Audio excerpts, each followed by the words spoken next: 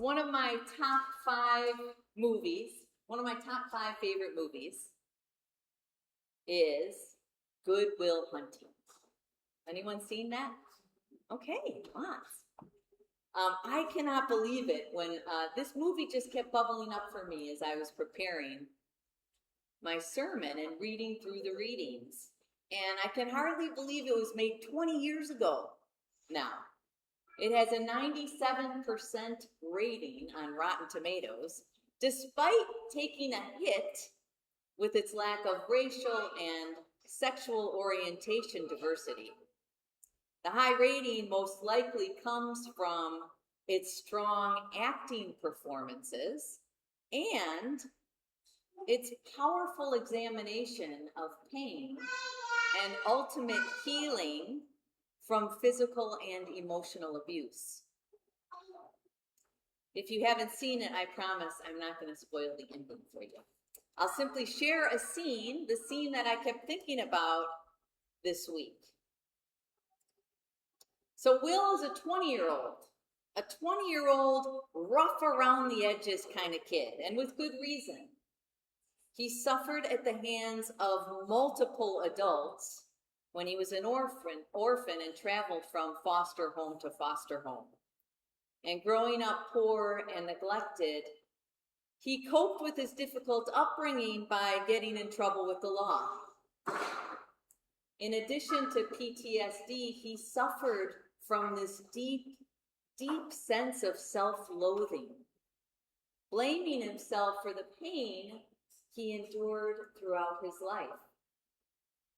So fast forward to an unexpected, healthy relationship he establishes with a mental health counselor, the late, multi-talented Robin Williams, whose character Sean also suffered a traumatic upbringing. The two bond over their shared past, and in the most poignant scene in the movie, in one of their sessions, Sean shares extraordinary warmth and support, explaining to Will that his suffering was not his doing. He tells Will, "It's not your fault." And while Sean repeats that line over and over, the audience witnesses Will grow quiet and then angry and eventually sobs in the arms of his counselor. It's not your fault. 10 times he said this powerful message to invite Will to extend mercy and kindness toward himself so he might heal. Like Sean's invitation to Will to move toward wholeness, this week we are invited to really know and feel God's mercy and love, to let it penetrate our hearts so we can move out of any brokenness, hurt, or not enoughness into the fullness of God.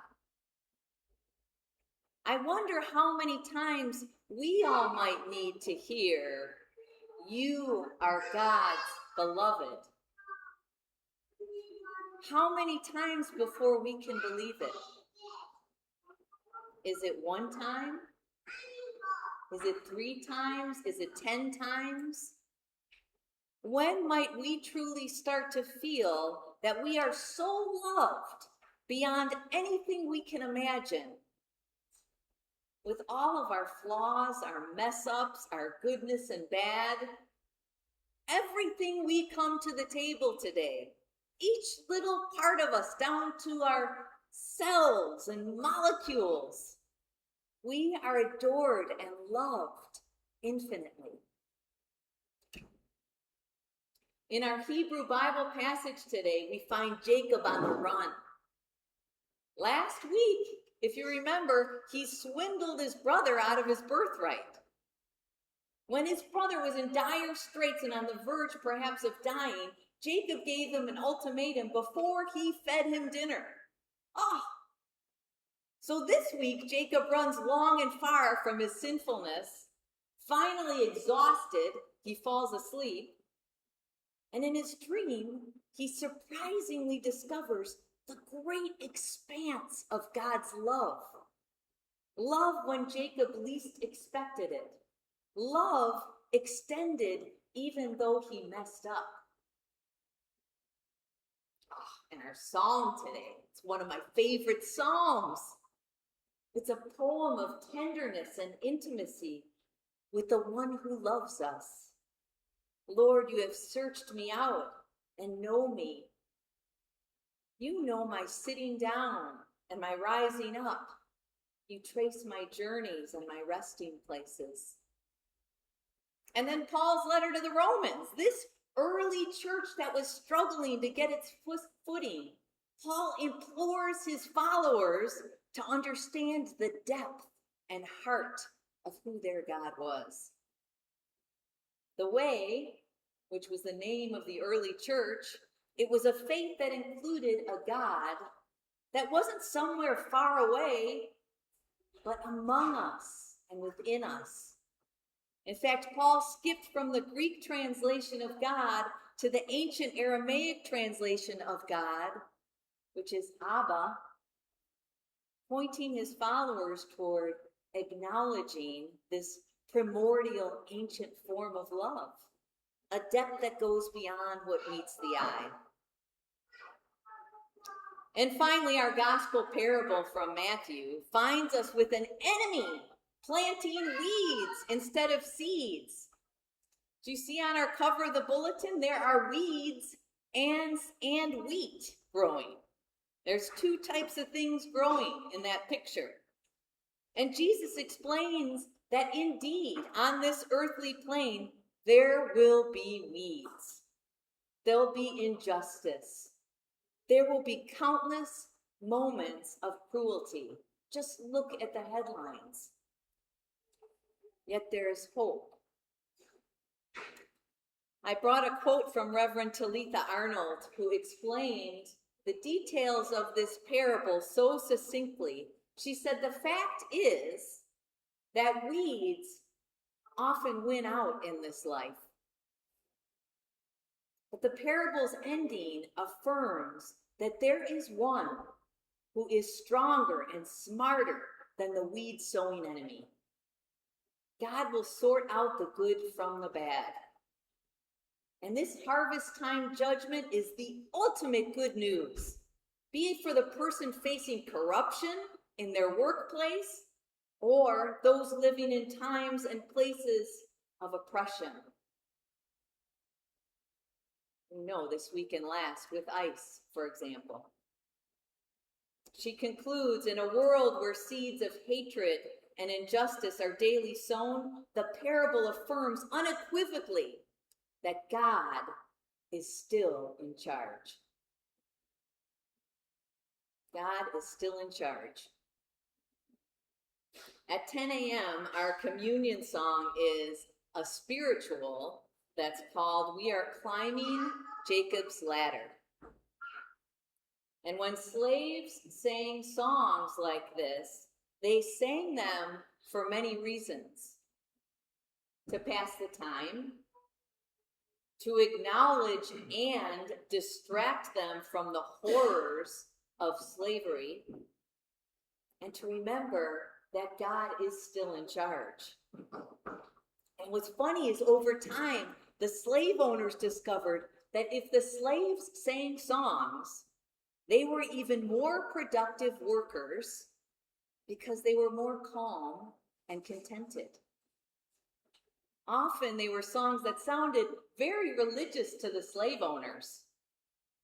But what the owners didn't know was that there was often a subversive undertone to the song.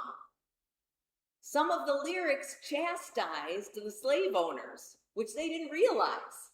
In fact, in our hymn today, the third line is, "Sinner, do you love your Jesus?" And then the fourth line is, "If you love him, why not serve him?" So I have chills when I say those lines. I have goosebumps. So they sang these hymns to also affirm that they too were God's beloved, even though society told them otherwise. These songs reminded them that God's dream of equality for all would be the final word. If Christ could overcome death through resurrection, justice would also have the final word. So our message for this week, our call and our invitation is to know deep down that you are God's beloved. It doesn't do you any good to make yourself smaller. Your fullness comes from deeply understanding that you are loved beyond measure, despite what anyone does or what anyone says. We are all loved beyond measure. Will from the movie, Jacob after cheating his brother, our psalmist, Paul and his followers, the seed planters, and yes, even the weed planters, the slaves, as well as the slave owners. We know all are God's beloved, and our faith holds this with a tension that God's goodness and love will be the last word over any evil or any injustice.